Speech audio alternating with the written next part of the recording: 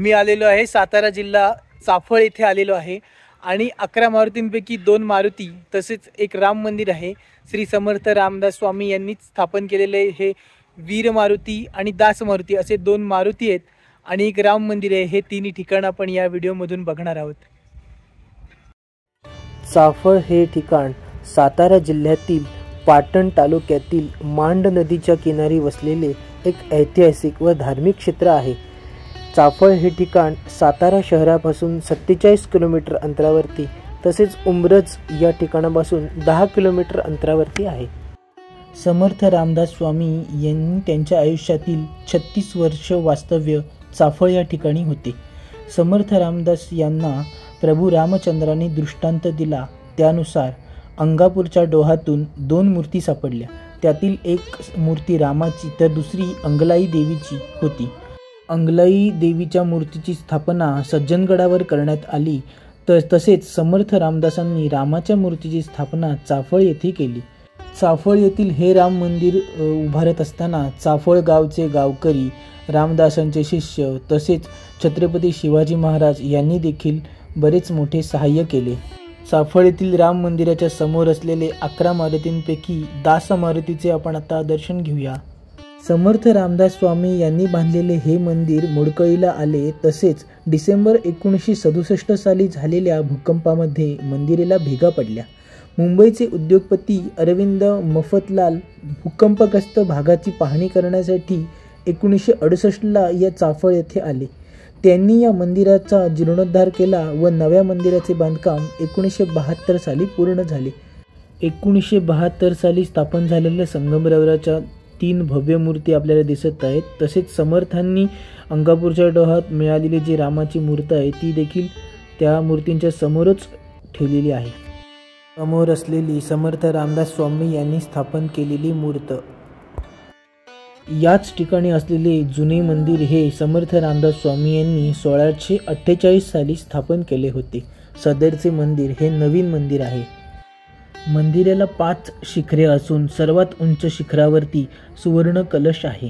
मंदिराच्या 4ही बाजूंना दगडी तटबंदी असून 4 बुरुज आहेत। चाफळचे हे राम मंदिर कृष्णा नदीची उपनदी असलेली मांड नदीच्या किनाऱ्यावरती आहे। तसेच येथून जवळच उत्तर मांड धरण देखील आहे, तिथे आपण बोटिंग देखील करू शकतो। उत्तर मांड धरण परिसरामध्ये चाफेश्वर प्राचीन असे शिवमंदिर देखील आहे। मंदिर परिसरामध्ये म्हसोबा मंदिर, नरसोबा मंदिर, रामरथ मंदिर, महारुद्र स्वामी समाधी इत्यादी मंदिरे आहेत। तसेच आवारात समर्थांची ध्यान गुंफा व समर्थांचे अस्थिवृंदावन देखील आहे। चाफळ येथील राम मंदिराच्या परिसरामध्ये असलेली समर्थांची ध्यान गुंफा आपण आता बघणार आहोत। हे छोटंसं बांधकाम केलेलं आहे आणि हा एक छोटासा 1 फूट बाय 2 फुटाचा असा खड्ड्यासारखा आहे आणि दगडी पायऱ्या आहेत। त्या दगडी पायऱ्या उतरून आपण आत गुहेमध्ये जाणार आहोत आणि कशी आहे ध्यान गुंफा ते एक्सप्लोर करणार आहोत। हा बघा, हा छोटासा पायऱ्यांचा रस्ता आहे आणि साधारण 5 माणसं बसतील एवढी जागा आहे ह्या ध्यान गुंफेमध्ये आणि लाईटची सोय देखील अलीकडच्या काळात केलेली आपल्याला दिसत आहे।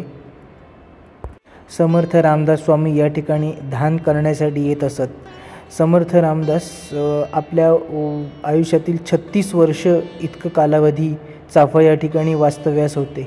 अजून एक छोटीशी आतमध्ये रूम आहे परंतु ती पूर्ण आतून बंद आहे। ते बघा, ही छोटी रूम आहे पण आत पुढे काहीच नाही, ती बंद आहे।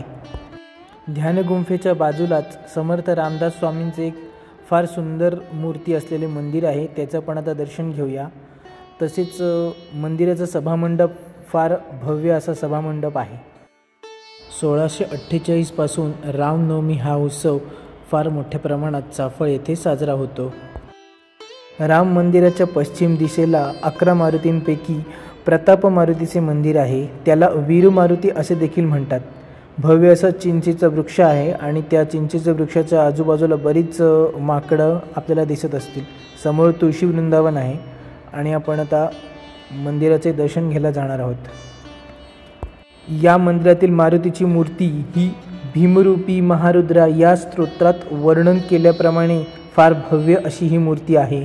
ही मूर्ती 7 ते 8 फूट इतकी उंच आहे। या मूर्तीच्या मस्तकावर मुकुट आहे, कानात कुंडले आहेत, तसेच कमरेभोवती सुवर्णाची कासोटी व तिला घंटा आहे, असे या मारुतीचे वर्णन आहे। या ठिकाणाचे गुगल मॅप लोकेशन मी डिस्क्रिप्शनमध्ये देत आहेच। सदरचा हा व्हिडिओ कसा वाटला नक्कीच सांगा। व्हिडिओ आवडल्यास लाईक, शेअर आणि चॅनलला सबस्क्राईब करा।